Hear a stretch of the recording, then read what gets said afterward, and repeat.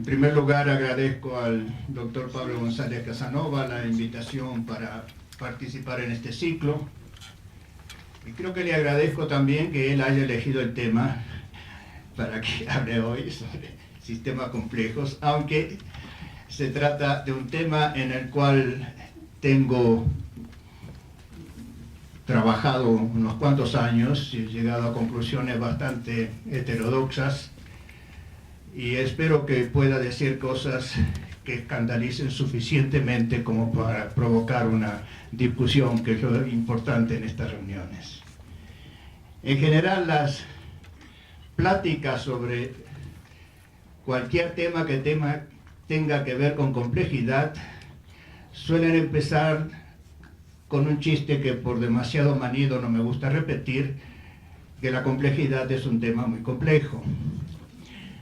No me gusta repetir por dos razones. Primero, porque es aburrido repetir siempre un mismo chiste, pero mucho más que por eso, porque estoy totalmente en desacuerdo cuando se usa el concepto de ser complejo, no digo complejidad, ser complejo, a temas como estos. El tema de complejidad puede ser complicado, puede ser confuso, pero no lo llamo complejo. Muchas veces he protestado por el abuso de la palabra complejidad y entonces me piden que defina complejidad. Mi contestación es que yo no defino complejidad. Hablo de complejidad, la uso, pero no la defino. Y esto no es una inconsecuencia, por el contrario, a mí me sorprende siempre cada vez que sobre estas temáticas, muchas de ellas que parecen nuevas, se empieza por las definiciones. La razón fundamental que tengo es de orden epistemológico. El parteaguas en la historia de la ciencia fue la revolución científica del siglo XVII. Y la cumbre de esa revolución, que tuvo varios predecesores, fue sin duda Newton. El libro, digamos, máximo que desató esa revolución fue La mecánica de Newton, que no la llamó mecánica, la llamó Principios Matemáticos de Filosofía Natural.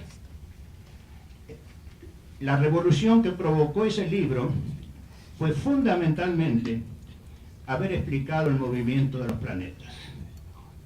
Pero Newton nunca definió movimiento. Tampoco definió espacio, tampoco definió tiempo, y lo dice él muy claramente. Doy por sabidos esos conceptos, pero no los voy a definir. La ciencia no empieza con definiciones.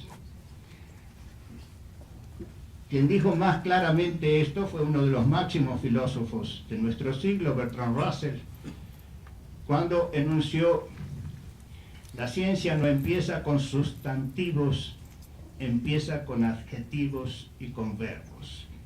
Empieza con descripciones, empieza con acciones, con actividades, frente a situaciones o sistemas. De tal manera que sí es importante definir el adjetivo complejo aplicado a muy distintos tipos de fenómenos. Yo voy a tomar como referencia en esto a un libro, Teorías de la Complejidad, título con el cual también estoy en desacuerdo, no creo que haya teorías de la complejidad, publicado en el 91 en Francia y dedicado a Henri Atlan, que debe ser muy conocido por todos por su libro Entre el cristal y el humo, que tuvo una enorme difusión en todos los idiomas. Fue un coloquio que se realizó en Cerisy, se publicó en el 91 y fue dedicado a Atlan, que estaba presente naturalmente, por sus trabajos sobre la complejidad. Atlan empieza su introducción de la siguiente manera: durante mucho tiempo, calificar alguna cosa como compleja servía para designar una dificultad de comprensión o de realización. Pero al mismo tiempo, curiosamente, ello jugaba, digamos, la designación de compleja, ello jugaba un papel de explicación puramente verbal de aquello que no se podía explicar de otra manera.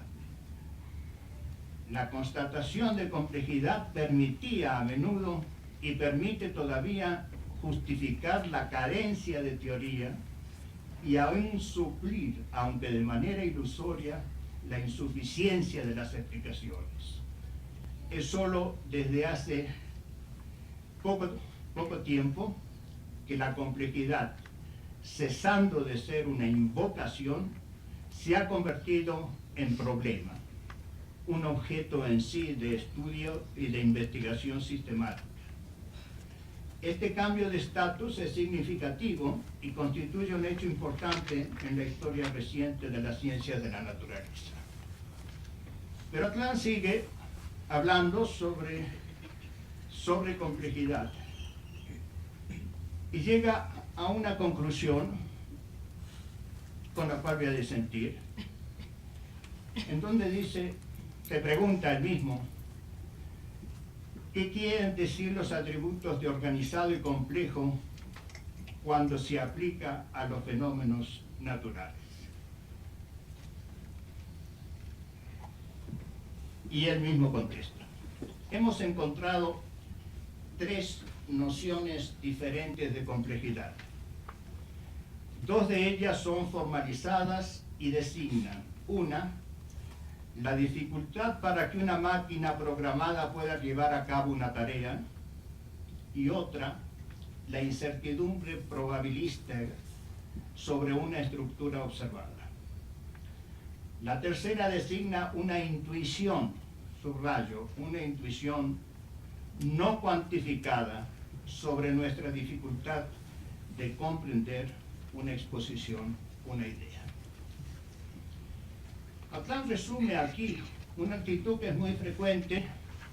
Hay una cantidad de institutos sobre complejidad, hay una cantidad de investigaciones, y es muy correcto lo que dice, que las dos nociones que predominan son la noción referida, lo voy a decir en otros términos, a ecuaciones dinámicas que hacen uso y abuso de la computadora, y otra a una concepción probabilística que, en resumen, se refiere a la teoría de la información.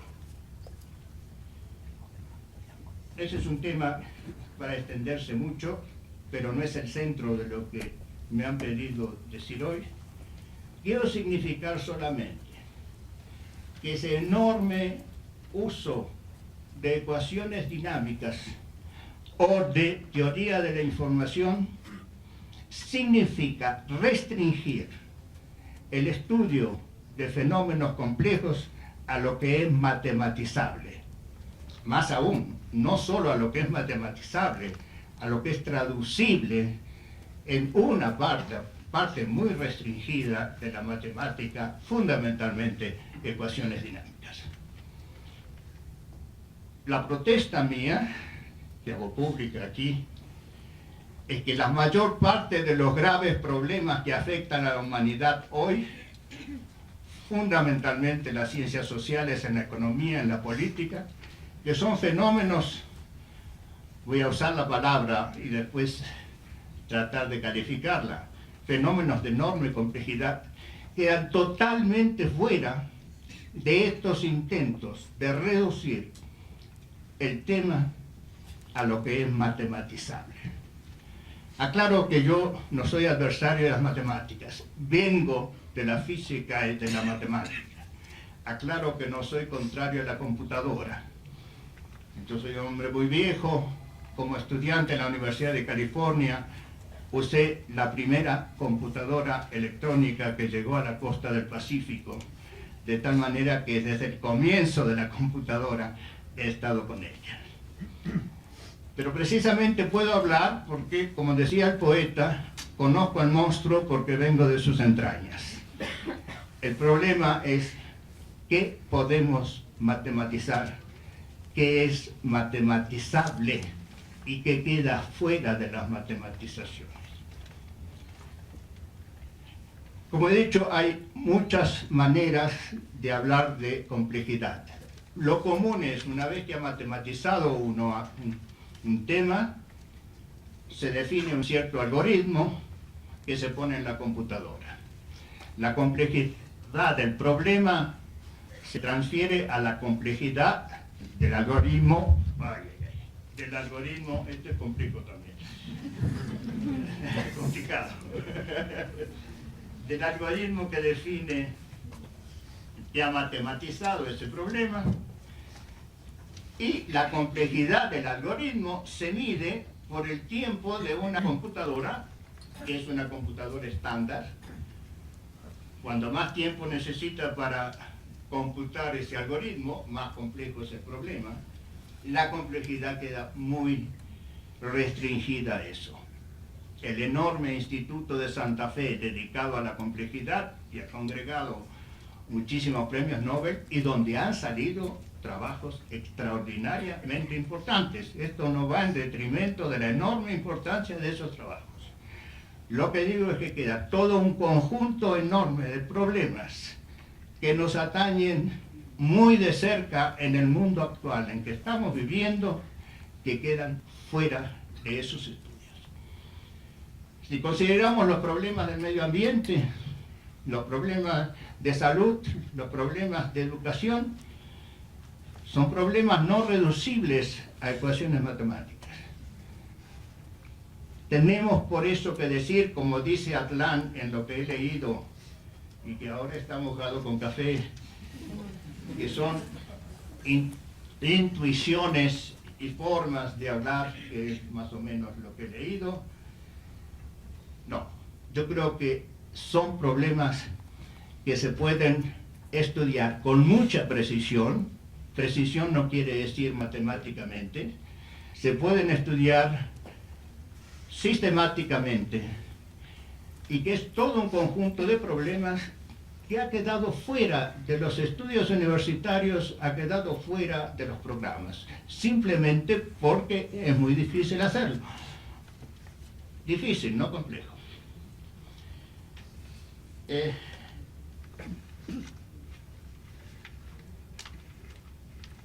El conjunto de situaciones y fenómenos a que me he referido, la salud, la educación, los sistemas ambientales, etc., constituyen ejemplos solamente de lo que llamamos sistemas complejos. ¿En qué consiste un sistema complejo? Voy a dar una definición más o menos provisoria. Yo voy a llamar sistema complejo, o he llamado en numerosos escritos sistema complejo, a un sistema cuyos elementos son heterogéneos en el sentido de que pertenecen al dominio de distintas disciplinas, pero son elementos que interactúan entre sí de tal manera que son interdefinibles. Para precisar eso, voy a tomar una clasificación que hizo Herbert Simon, premio Nobel de Economía, pero que ha incursionado en montones de disciplinas, que creo que con mucha precisión divide a los sistemas en sistemas descomponibles y sistemas no descomponibles. Y yo voy a definir sistema complejo como un sistema no descomponible. ¿Qué quiere decir eso? Estamos en esta habitación o estamos en una casa, que es un sistema en el sentido que tiene un funcionamiento como totalidad. Es un conjunto de elementos que funciona como una totalidad. Pero es descomponible en el sentido que yo puedo modificar el sistema eléctrico sin modificar el resto, o puedo modificar la ventilación, o puedo modificar cualquiera de los elementos, los tapizados, etc. O sea, las distintas partes de ese sistema, que voy a llamar complicado, pero no complejo, pueden ser estudiadas, analizadas por separado y modificadas por separado. La característica de un sistema complejo es la interdefinibilidad. Cuando yo estudio un sistema agrario, el suelo, el clima, el tipo de producción, la tecnología que se usa, la manera de trabajar, los campesinos, la economía, no son cosas que podemos desintegrar, estudiar por separado y después poner juntas. Son cosas que una modificación de una de ellas actúa en cadena y va repercutiendo en todas las otras. Es un sistema no descomponible. Y un sistema no descomponible tiene sus maneras de ser estudiado. El problema que presenta, a mi juicio, la complejidad de un sistema es cómo estudiarlo. Y la manera de estudiarlo es la investigación interdisciplinaria. Ahora, con esto tengo que hacer no definiciones, sino negaciones. No todo conjunto de elementos es un sistema. No todo sistema de elementos heterogéneos es un sistema complejo. No todo estudio de las partes de un sistema, de conjuntos de partes de un sistema, es un estudio interdisciplinario. No todo equipo de especialistas de distintas disciplinas reunidos a discutir un tema es un equipo interdisciplinario. La interdisciplina no es pluridisciplina, no es multidisciplina, es una forma de trabajar. ¿Por qué es una forma de trabajar? Me voy a extender luego, pero ahora voy a hacer una caracterización muy simple. Es una forma de trabajar que significa que una misma problemática es analizada desde distintos ángulos, pero no separadamente. Porque la visión que tiene cada especialista o interactúa con el resto de equipos o va a tener una visión totalmente parcializada. Yo siempre insisto en que la interdisciplina empieza en un equipo cuando un miembro de una especialidad es capaz de hacerle preguntas a otro miembro del equipo de otra especialidad que él mismo no se ha formulado. Y esto que estoy diciendo no es una especulación, es producto de una experiencia. En mi experiencia de muchos años de analizar sistemas ambientales, el ejemplo que he trabajado más en muchos años es el de sistemas agrarios, la relación sociedad-naturaleza. Como ejemplo de esta metodología, no porque realmente yo sea agrarista o sea economista agrario, pero es un ejemplo muy claro y tenemos muchas investigaciones realizadas en más de 15 años. El ejemplo lo he vivido muchas veces. Yo he podido preguntarle, yo no soy economista, he podido preguntarle a un economista, miembro del equipo, cosas que él no se había preguntado nunca. He podido preguntarle a un sociólogo cosas que él no se había preguntado nunca. Y viceversa. Me han hecho a mí preguntas que yo no me había preguntado. La interdisciplina es una manera de estudiar un sistema complejo. Mi definición de interdisciplina es esa.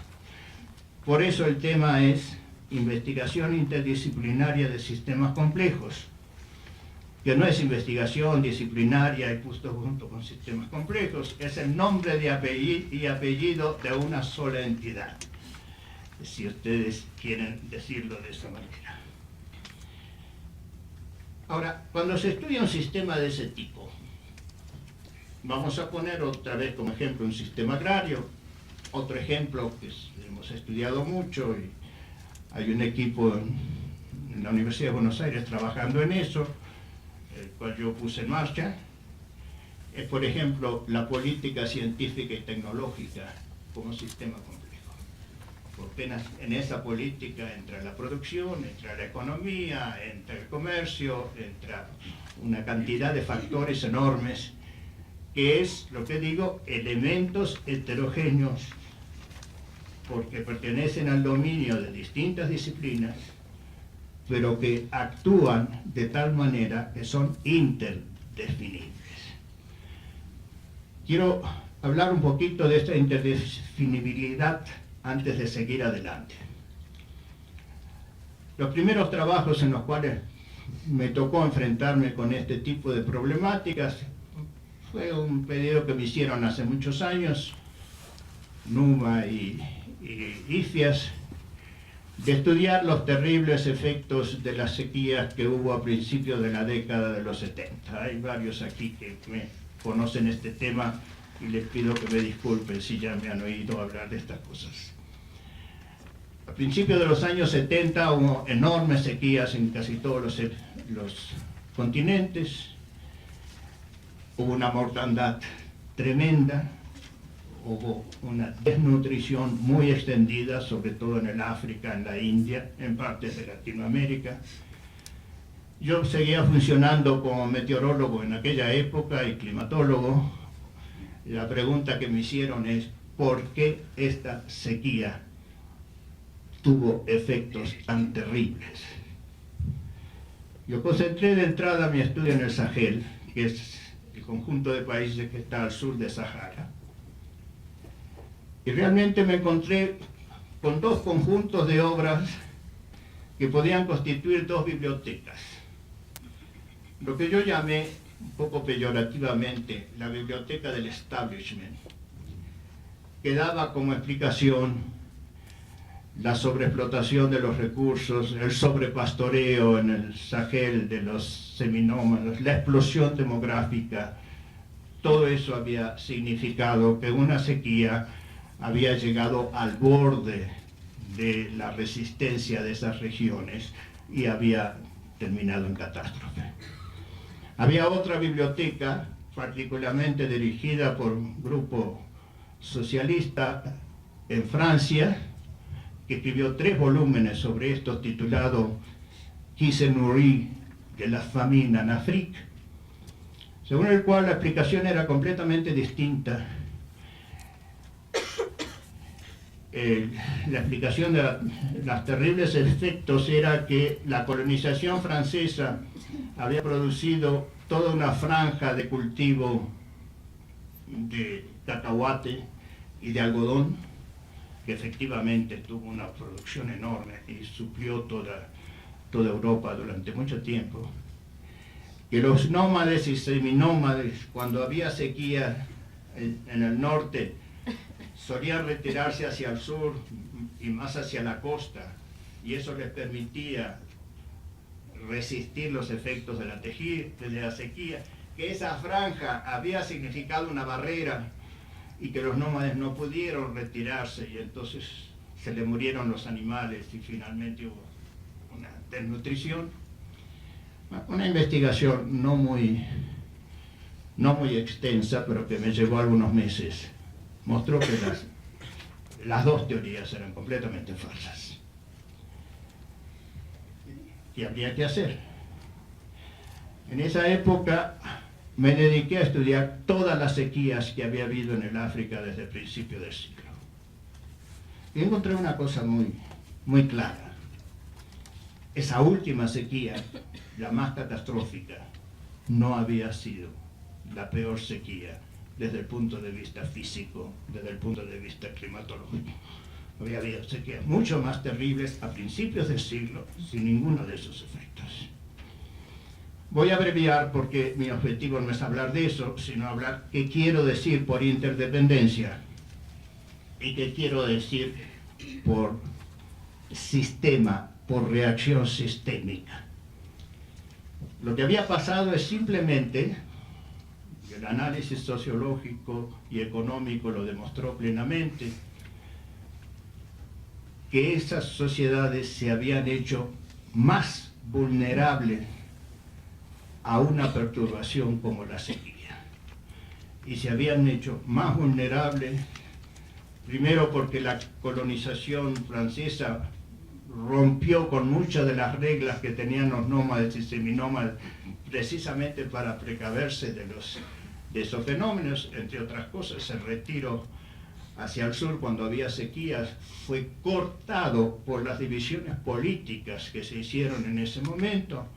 En la frontera de Níger murieron decenas de miles porque no pudieron cruzar hacia el océano.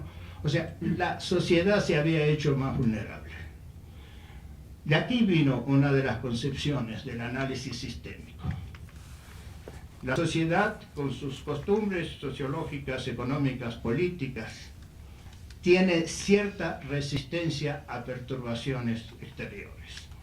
Esas sociedades, y estaban muy claras las sequías antes de la colonización, durante la colonización y después, durante la independencia, la cosa se agravó con la independencia, en contra de todo lo que podemos pensar de que lo peor es la colonización, no es lo peor. Lo que había ocurrido es que cada uno de esos cambios significó una mayor vulnerabilidad de esos países, de lo que llegaron a ser países, y la vulnerabilidad es una propiedad del sistema, no es una propiedad de parte del sistema, es una propiedad de la estructura del sistema, del conjunto de relaciones de esos elementos heterogéneos. Y la conclusión fue muy simple. La última sequía fue una perturbación que incidió sobre una sociedad mucho más vulnerable y desató una inestabilidad propia de esa sociedad. El efecto no fue proporcional a la perturbación, el efecto fue proporcional a la inestabilidad interna de esto. Digamos, yo pongo esto al borde, o como lo hice ahora, un pequeño empuje significa una catástrofe, se cae.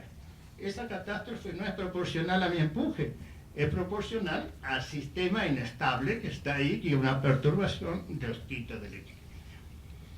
Bueno, este es el conjunto de cosas que hace que tengamos que analizar un sistema no como una suma de elementos, sino como una estructura que tiene propiedades de la totalidad, propiedades de la estructura, que no son la suma de las propiedades de los elementos. Y eso es una cosa que se ha sabido desde hace tiempo. Pero lo primero que tenemos que hacer es, muy bien, cuando vamos a una problemática como esa, un sistema ambiental en alguna región, en algún país, o un problema de salud en una región, como empezamos a estudiar. Evidentemente, hay un viejo dicho, sobre todo de los dialécticos extremos, en el mundo todo interactúa con todo. Entonces, si ponemos una barrera en alguna parte, dejamos afuera cosas que interactúan con lo de adentro. Eso es uno de los muchos sofismas que se han hecho muchas veces. Sin embargo, la cosa hace mucho tiempo que fue planteada, y fue planteada sobre todo en los problemas sociales. Un muy lúcido y heterodoxo marxista, Lucien Goldman, en un maravilloso libro que tiene El Dios oculto, Le Dieu caché, ya planteó eso hace muchísimo tiempo. Dijo, el problema del método en ciencias humanas, dice Lucien Goldman, es el de hacer recortes de los datos empíricos en totalidades relativas suficientemente autónomas para servir de marco a un trabajo científico. Hoy lo decimos esto de una manera completamente distinta. Nosotros definimos un sistema, como dice Lucien Goldman, con un recorte arbitrario de la realidad, más o menos arbitrario. pero dejando dentro, por así decir, conjuntos de elementos y de situaciones que de alguna manera funcionan como totalidad. Y ese recorte lo hacemos más o menos arbitrario, definimos el sistema, pero la definición final del sistema termina con la investigación, porque esos recortes que hemos hecho hay que ajustarlos. El problema no es tanto el recorte, sino cómo tomamos en cuenta lo que está afuera y su interacción con lo que está dentro. Y aquí entran algunos principios, producto de la experiencia de muchos años de trabajar en esto, que me parece que son principios que hoy podemos tener de manera suficientemente precisa como para encarar estas problemáticas en forma sistemática. Para eso tenemos que romper con algunos prejuicios, incluso algunos prejuicios que han sido sostenidos por los máximos hombres de ciencia. Hace muchos años, creo que la primera vez que habló de esto fue en 1918, Einstein dijo, hablo de Einstein, quizás el máximo genio de la ciencia de nuestro siglo y de todos los siglos, dijo, el test supremo de la ciencia, él se refería a la física fundamentalmente, pero después lo extendió porque esto lo mantuvo toda la vida. El test supremo de la ciencia es llegar a aquellas leyes elementales universales a partir de las cuales el cosmos puede ser construido o reconstruido por pura deducción. Esta concepción del mundo ha prevalecido, aún implícitamente, sin haberla expresado así como la expresó Einstein, ha prevalecido en el sentido, si conocemos las leyes más elementales, en el caso de la física, las leyes del átomo, a partir de ahí podemos construir el resto, casi por pura deducción, porque una vez que conocemos las leyes sabemos cómo se desarrollan. Hoy sabemos que esa posición, ese sueño, ese ideal de Einstein es completamente falso. Y esta es una idea que sí se tuvo en muchos campos, en muchas disciplinas, pero que la física lo sostiene hoy y muy recientemente, hace no más, diría, de 15 años que esto se ha hecho carne en la física. ¿Qué es lo que queremos decir con esto? Que el mundo, el universo físico, y con mayor razón, a fortiori, como dicen los latinistas, creo que en la sociedad, en las ciencias sociales, no es una cosa homogénea de leyes que se van desarrollando. El mundo está estratificado. El mundo está estratificado en niveles de organización. Niveles de organización tales que cada nivel no es deducible de otro nivel ni reductible a otro nivel. En física eso se ve muy claro.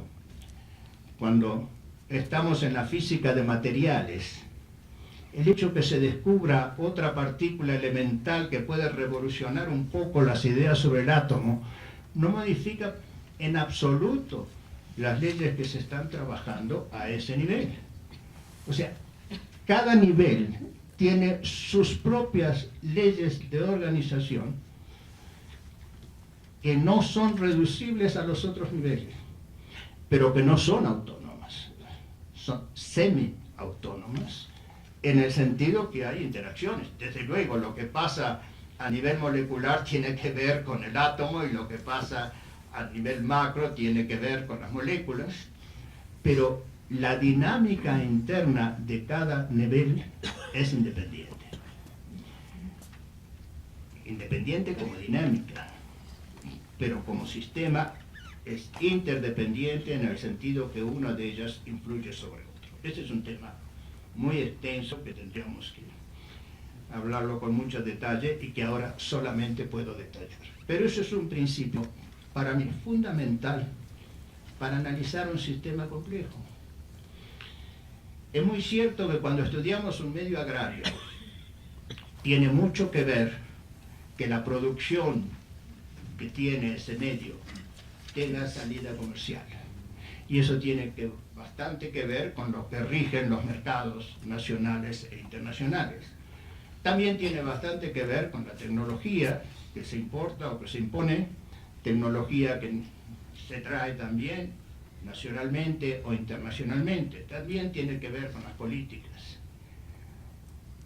Lo que este principio de estratificación nos dice hoy claramente es que si juntamos todos esos datos, si estamos analizando un cierto nivel y le metemos en la computadora, claro está, que vivimos en la era del computador, los datos de otro nivel, no estamos agregando información, estamos introduciendo ruido. ¿Por qué?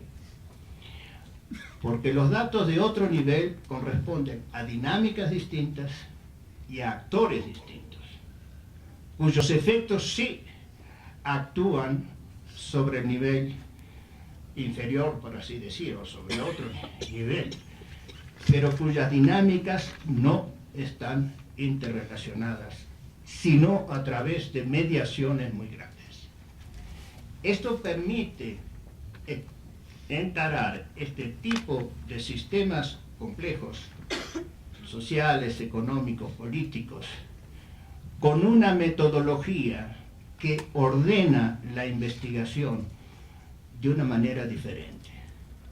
En el caso de los sistemas agrarios, nosotros hemos dividido en niveles, un nivel que corresponde a lo que pasa en el terreno, con la producción, con el campesino, con la tecnología, y otros niveles superiores que son sobre lo que diseñan, por así decir, y lo que imponen o transmiten la tecnología, las políticas, las condiciones económicas, etc. Estudiar juntos esos niveles significa meter ruido, mostrar la estratificación de esos niveles y mostrar las interacciones entre esos niveles permite ordenar el sistema de una manera completamente distinta. Acá hay algunos otros principios que voy a enunciar simplemente, porque este es un tema para un largo seminario, no solo para una plática. Un otro principio es que dentro de un sistema, en un nivel determinado, los factores que intervienen de alguna manera se aglutinan por relaciones más estrechas que con otros factores.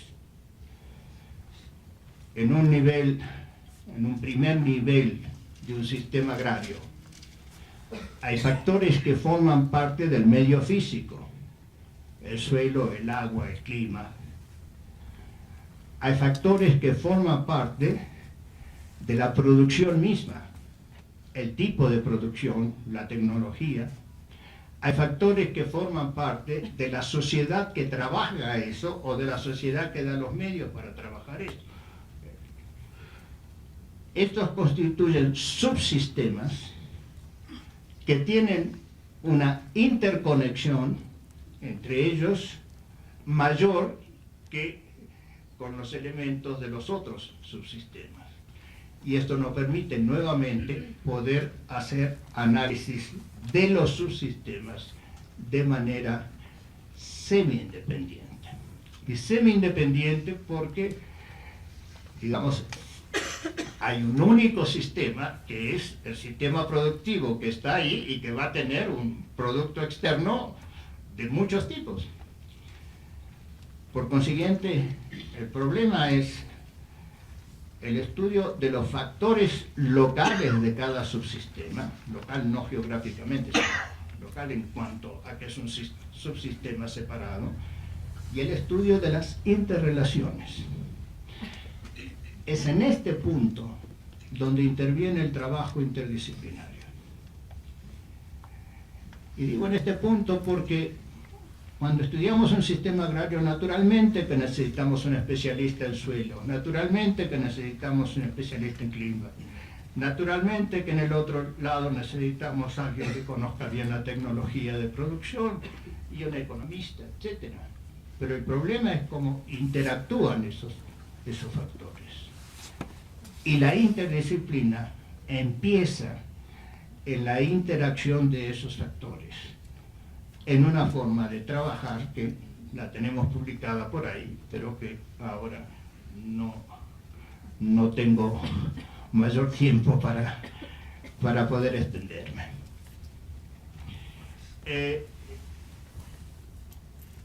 En este sentido, hay algunos principios que se enunciaron por pura intuición en otras épocas, sobre todo al nivel de quienes como Lucien Goldman han estudiado estos problemas desde un punto de vista más social y socioeconómico. Hay un principio que se enuncia, el principio de totalidad. Se dice, la totalidad influye sobre las partes. Bueno, eso nunca se explicó mucho, qué quiere decir que la totalidad modifica las partes. Pero para nosotros resulta perfectamente claro. En la medida que un sistema actúa como una estructura interconectada, y acá me remito al ejemplo que di de la sequía como perturbación del sistema Sahel. Esa perturbación va a incidir sobre algunos de los elementos del sistema, pero la interconexión entre ellos es tal que repercute sobre todos los otros. O sea, una modificación de la totalidad, para usar el lenguaje clásico, determina una modificación de las partes. Esto va contra el atomismo, en el sentido que la totalidad está determinada por la suma de las partes. El atomismo en esto desaparece por completo, y el atomismo es una de las ideologías, yo diría, que más ha prevalecido en nuestra ciencia y que ha influido especialmente en algunas de ellas, pero en general en todas. Voy a dar un ejemplo, si me permiten un paréntesis. La lógica que se enseña hoy en las escuelas, en las universidades, que empieza por el cálculo proposicional, sigue por los cuantificadores, por las clases, por las relaciones, es producto de una filosofía atomista. Y la prueba está que a las proposiciones elementares se les llamó atómicas y a las proposiciones que se hacen con conectivos se les llamó moleculares. Y esa lógica tiene restricciones muy grandes, conduce a paradojas que siempre hay que subsanar por algún lado, pero es producto de una ideología atomística que prevaleció sobre todo a principios en el primer tercio de este siglo, pero que permeó la filosofía y también la ciencia. El atomismo, que consiste en decir que en el universo es a partir de elementos que se van combinando y que finalmente constituyen una totalidad, hoy sabemos que eso es falso. Se forman totalidades que se van diferenciando, se vuelven a integrar, se van diferenciando. Es un juego de diferenciaciones e integraciones que alguna vez me gustaría ponerlo con cierto detalle, porque prácticamente es la dinámica de todos los sistemas. ¿Tengo algunos minutos más?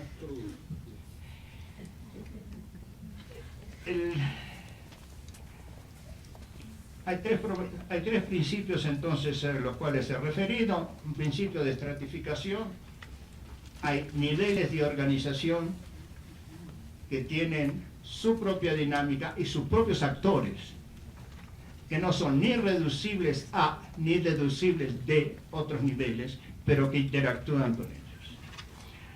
Hay un segundo principio que es de articulación. Los elementos no actúan así, más o menos uniformemente. Hay subsistemas dentro de cada sistema con mayor coherencia que con el resto, y la estructura está determinada por las relaciones entre los subsistemas.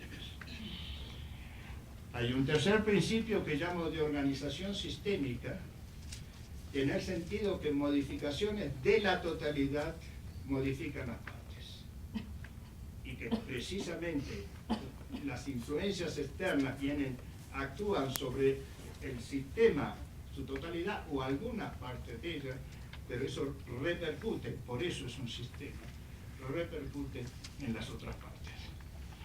Pero hay otro principio que no tiene que ver con la organización del sistema complejo, tiene que ver con la evolución del sistema complejo. La evolución de todo sistema, físico, químico, biológico, social, no es un desarrollo uniforme como se pretendió clásicamente. La evolución se da solo por reorganizaciones.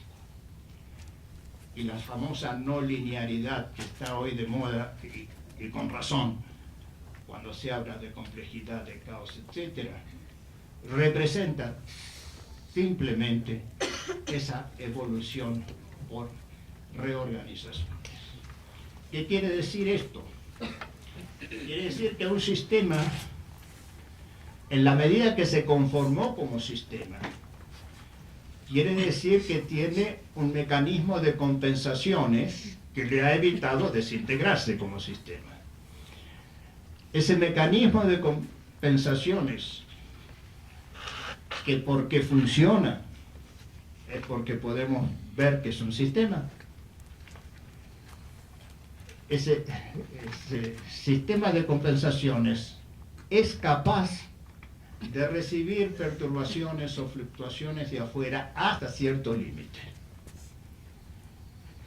La propiedad de vulnerabilidad, que es una propiedad del sistema, o de resiliencia, que sería la opuesta a esa, la capacidad de absorber las perturbaciones, tiene un límite en todos los sistemas. Una vez que se llegó a ese límite, el sistema se desestabiliza. Y esa desestabilización es una ruptura de la estructura interna. Esa ruptura significa desorganización. Se continúa la perturbación. El sistema de compensaciones que está inherente a este sistema que estamos estudiando reorganiza, y esto no es teleológico, pero usa un lenguaje teleológico, reorganiza las relaciones de tal manera que puede formar una nueva estructura capaz de absorber la perturbación que antes desestabilizó. Y en eso consiste una reorganización. Esto no es moderno. Esto es... El primero que descubrió esta manera de evolución fue Marx. Los sucesivos pasajes del sistema hasta llegar al capitalismo son sucesivas reorganizaciones producto de inestabilidades del sistema anterior. El segundo que descubrió esto fue Piaget.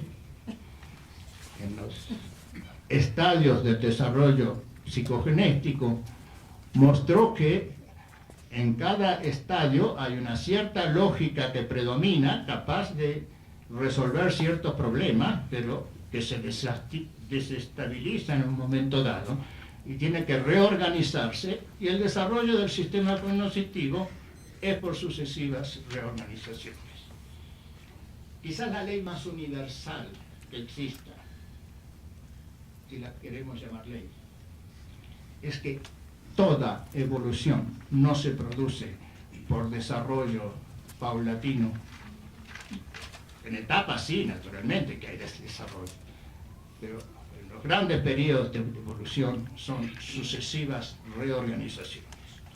Y cuando se puede matematizar, se traduce en puntos de bifurcación o puntos de ramificación, en los cuales aparecen nuevas estructuras o nuevos caminos posibles para el sistema.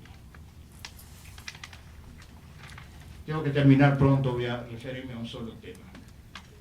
El analizar un sistema complejo como sistema, con sus interconexiones,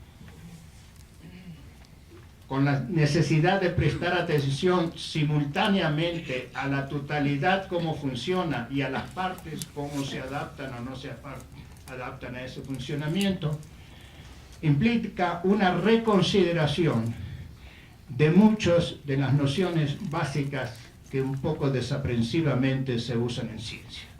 Y voy a referirme a una sola, aunque hay varias que sería interesante analizar, que es el problema de la causalidad. Está perfectamente claro que cuando en un sistema hay un cambio de funcionamiento porque la estructura ha cambiado, no podemos identificar la causa. No es una causa particular. Tampoco lo que suele hacerse hablar de multicausas, en el sentido son varias causas que sumadas dan por resultado eso. Tampoco da eso, porque el sistema de interacciones es tal que no son identificables las causas. Ahora, repensar la causalidad desde aquí significa diferenciar lo que son simples relaciones causales de lo que es una explicación causal. La explicación causal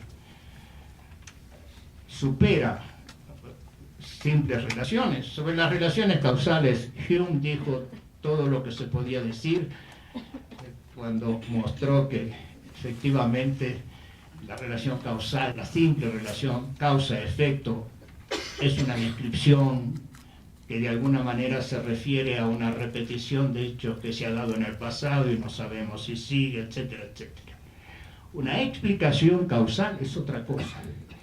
Una explicación causal significa tener una teoría no necesariamente formalizada, no necesariamente explicitada, pero tener una teoría que nos explica cómo una parte de la estructura funciona de tal manera que repercute sobre otra parte.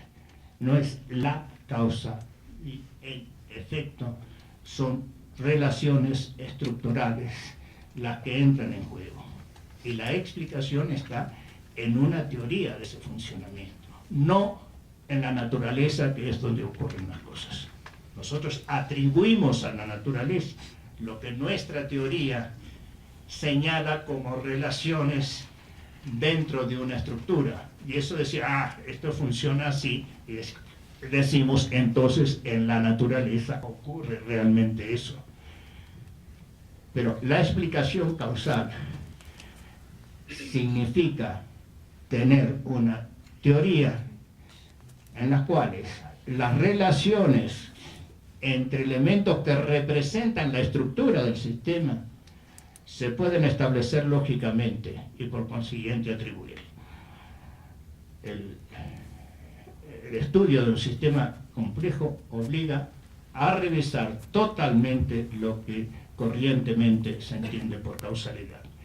Y esto que digo sobre la causalidad también lo digo sobre el determinismo y el indeterminismo, la probabilidad y todo lo demás, que sería tema para varias reuniones. Y ya pienso que me van a correr porque estoy excediendo el tiempo que me habían concedido.